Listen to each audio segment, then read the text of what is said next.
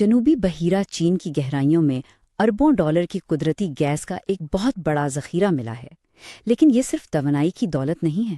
یہ ایک ایسا خزانہ ہے جو قومی سلامتی، معاشی مستقبل اور عالمی طاقتوں کے ٹکراؤ کا مرکز بن چکا ہے۔ یہ ایک ایسی کہانی ہے جو سمندر کی لہروں کے نیچے لکھی جا رہی ہے۔ تو سوال یہ ہے کہ ہوتا کیا ہے جب اربوں ڈالر کی کوئی چیز ایک ایسی جگہ مل جائے جہاں دو ممالک کی سرحدیں آپس میں ٹکراتی ہوں؟ جب ایک ملک کا معاشی مستقبل ایک عالمی طاقت کے دعوے سے جڑ جائے تو حالات بہت تیزی سے سنگین ہو سکتے ہیں۔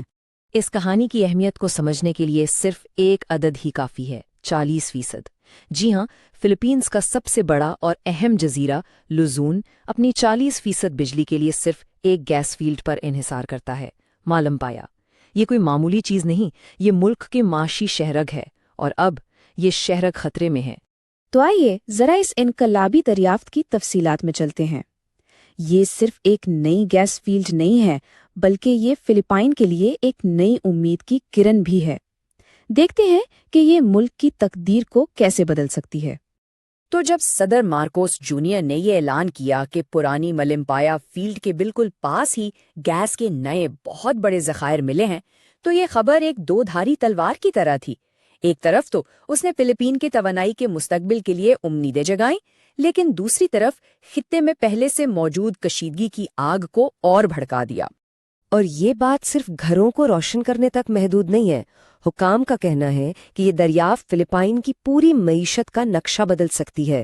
مطلب توانائی میں خود کفالت، اربوں ڈالر کی آمدنی اور پائیدار ترقی، یہ سب کچھ اس ایک دریافت سے ممکن ہو سکتا ہے۔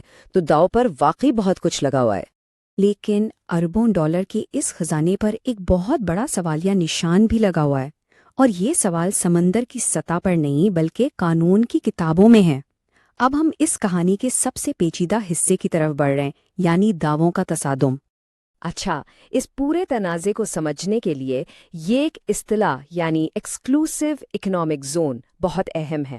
بین الاقوامی قانون، جسے UN کلاز بھی کہتے ہیں، وہ یہ کہتا ہے کہ ہر ساحلی ملک کو اپنے ساحل سے 200 ناٹیکل میل تک کے سمندری علاقے میں وسائل کی تلاش اور استعمال کے خصوصی حقوق حاصل ہیں۔ فلپائن کے دعوے کی بنیاد یہی قانون ہے۔ اور یہیں پر دو دنیاؤں کا ٹکراؤ ہوتا ہے۔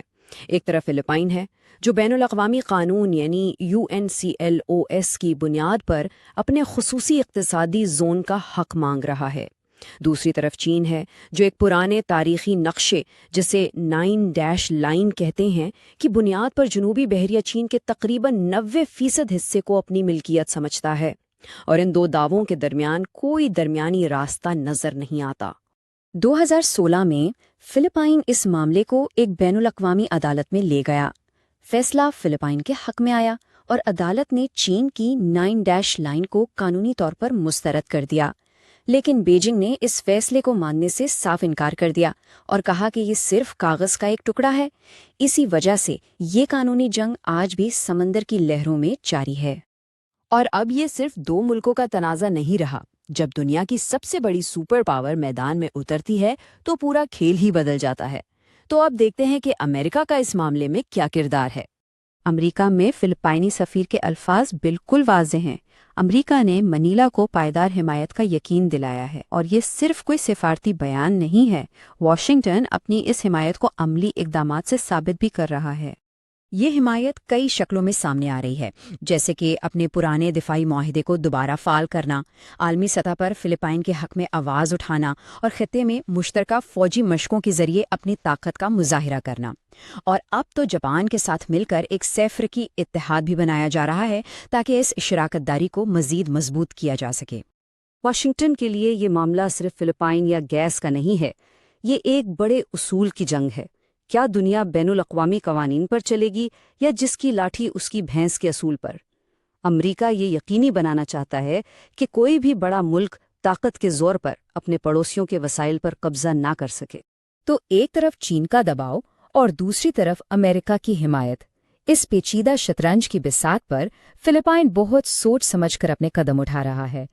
آئیے دیکھتے ہیں کہ منیلا کا توازن قائم رکھنے کا منصوبہ آخر ہے کیا۔ منیلا کی حکمت عملی کے بنیادی طور پر 4 ستون ہیں۔ پہلا ہے دفاع، اپنے کوسٹ گارڈ کو مضبوط بنا کر اپنے سمندری حقوق کی حفاظت کرنا۔ دوسرا، شراکت داری، امریکہ اور جاپان جیسے اتحادیوں کے ساتھ مل کر اپنی پوزیشن کو مستحکم کرنا۔ تیسرا، شفافیت، سمندر میں جو بھی واقعات ہوتے ہیں انہیں دنیا کے سامنے لانا تاکہ چین پر سفارتی دباؤ بڑھے۔ اور چوتھا، بات چیت، ان تمام اقدامات کے باوجود چین کے ساتھ مذاکرات کا دروازہ کھلا رکھنا۔ اور اپنی اس بین الاقوامی حکمت عملی کو مزید مضبوط کرنے کے لیے فلپائنز نے ملک کے اندر بھی ایک اہم قدم اٹھایا ہے۔ اس نے میریٹائم زونز ایکٹ نامی ایک قانون منظور کیا ہے، جس کے تحت اس نے اپنی سمندری حدود کو بین الاقوامی قانون UNCLOS کے مطابق سرکاری طور پر نقشے پر درج کر دیا ہے۔ یہ قدم اس کے قانونی دعوے کو اور بھی ٹھوس بناتا ہے۔ تو یہ کہانی صرف فلپائن، چین اور امریکہ تک محدود نہیں ہے۔ اس چھوٹے سے گیس فیلڈ پر ہونے والا تنازع دراصل ایک بہت بڑی عالمی تصویر کا حصہ ہے، جس کے اثرات پوری دنیا محسوس کر سکتی ہے۔ دراصل جنوبی بحیرہ چین میں جو ہو رہا ہے وہ صرف ایک علاقائی جھگڑا نہیں بلکہ آنے والے وقت کی ایک جھلک ہے۔ یہ اس بات کا امتحان ہے کہ مستقبل میں دنیا کیسے چلے گی۔ کیا مسائل بین الاقوامی قوانین اور سفارت کاری سے حل ہوں گے یا صرف طاقت کی سیاست سے؟ اور یہی وہ سوال ہے جو آج ہر کسی کے ذہن میں ہے۔